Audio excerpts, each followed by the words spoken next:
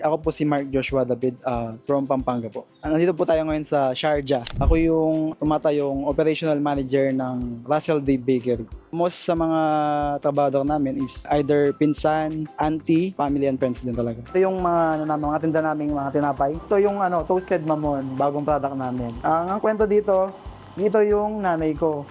And ito yung tatay ko. Ang nanay ko is yung pandipaw. Tapos yung tatay ko is yung Spanish. Sila yung dalawang bestseller.